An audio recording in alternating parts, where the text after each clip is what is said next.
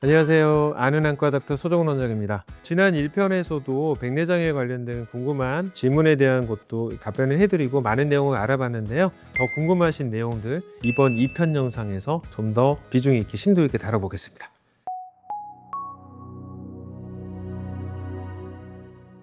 궁금한 게 백내장 수술을 안 하면 어떻게 되는지 궁금합니다. 자, 첫 번째는 백내장이 생기는 이유는 외상이나 먹는 약, 스테로이드 약을 먹는 이런 경우를 제외하고 노화 때문에 생깁니다. 노화라는 게 계속 진행되잖아요. 50대, 60대, 70대. 그거에 따라서 백내장은 심해져요. 적당한 정도의 백내장을 수술을 할 때의 위험성이랑 나이 드시면서 다른 조직도 약해진 상태에서 백내장까지 심해졌을 때 예측할 수 있는 수술 위험성, 예측할 수 없는 수술 위험성도 심해지게 돼요. 그런 상태에서 수술이 어려워진다, 수술로 인한 합병증이 높아진다라는 거고, 결국에는 극단적인 경우까지 얘기하면 실명까지 가는 경우도 있어요. 그리고 이제 가장 중요한 거는 망막 질환을 정확하게 검진할 때 캐치를 못해요. 심해지게 되니까 검사 장비도 정확하게 파악이 어렵고 의사가 직접 렌즈를 대서 파악하기에도 세밀하게 보기에도 좀 어려움이 있습니다. 그리고 특히 당뇨합병증의 진행 정도나 이거를 파악하기가 되게 힘듭니다. 여러 가지가 안 좋아요. 실명할 수도 있고, 그 실명이 백내장 때문에 실명하는 거 말고도 다른 안 질환을 발견 못 해가지고 할 수도 있는 거니까, 그래서 적절한 시기에 수술을 하는 게 맞고, 제가 말씀드리는 게 과일도 적당히 익어야지 맛있는 거지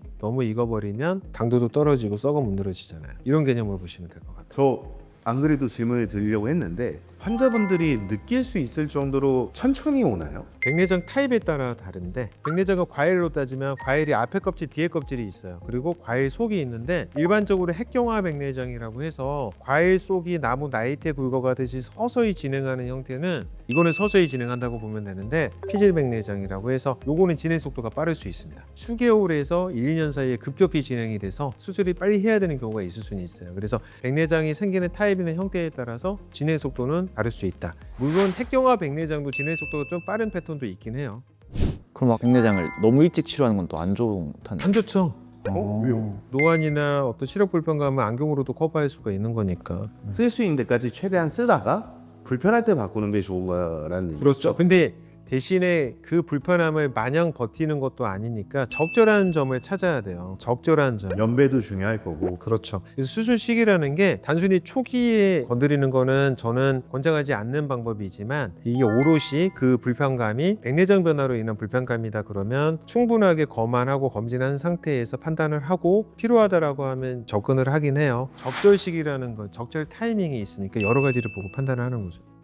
선생님, 백내장이 스마일 라식처럼 뭐 이렇게 레이저로 하는 건가요? 아니면 칼로 이렇게 하는 건가요? 레이저 백내장이라고 하는 거는 백내장 수술의 일부 과정을 레이저로 진행을 하는 거고, 나머지 부분은 의사가 직접 손으로 하는 거예요. 예를 들어서 백내장 수술을 할 때 가장 중요한 단계가 각막 절개하고 CCC라고 해서 수정체 캡슐을 원형으로 가운데 따는 거죠. 그게 돼야지 백내장도 제거를 하고 수정체 낭을 남겨놓고 렌즈를 넣게 되니까 그 부분을 레이저로 주로 많이 해요. 그리고 두 번째 하는 게 수정체 핵을 제거할 때 나눠 먹기 쉽게 레이저로 커팅을 하거든요. 그 과정을 제외한 나머지 핵을 제거하고 렌즈를 집어넣고 하는 거는 초음파를 써야 돼요. 그래서 레이저로 했을 때 장점이 뭐냐면 일관되게 나오고 원형으로 동그랗게 나오고 연속적으로 나온다는 장점이 있습니다. 근데 레이저를 해서 만드는 것 자체가 비용 부담이 많이 들고, 레이저를 하는 거 과정 자체가 시간이 더 소요가 돼요. 레이저를 하게 되면 CCC를 만드는 과정이나 핵분할 하는 과정은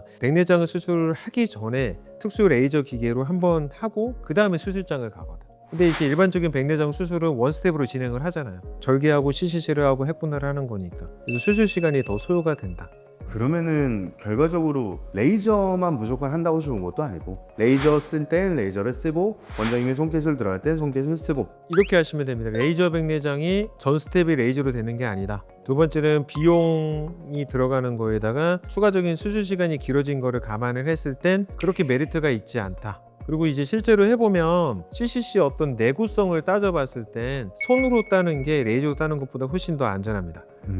실제로 제가 경험을 했고, 손으로 땄을 때 자연스럽게 따는 거랑 fem토 레이저로 미세하게 촘촘촘촘히 따거든요. 예전보다는 많이 좋아졌다고는 하지만 전자현미경으로 보게 되면 절단면을 봤을 때 불규칙해요. 그러다가 심한 백내장이 있거나 수술 과정 중에서 CCC 된 부분이 파열이 되는 부분도 있을 수 있고, 그런 경우가 생기게 되면 수술이 좀 어려워질 수는 있어요. A4 용지를 이쁘게 라운드하게 손으로 이렇게 연속적으로 끊임이 없다는 이게 손으로 하는 거고, 레이저는 미세반으로 이렇게 겹쳐가지고 마진이 불규칙할 수가 있죠. 아무리 레이저가 발달을 했다고 하더라도 손으로 따는 것보다는 내구성이 떨어진다. 실제로 제가 다 해봤잖아요. 손으로 하는 거 잘하고 레이저도 수년간 써봤고, 비교를 해봤을 때는 손으로 하는 게 훨씬 더 안전하다.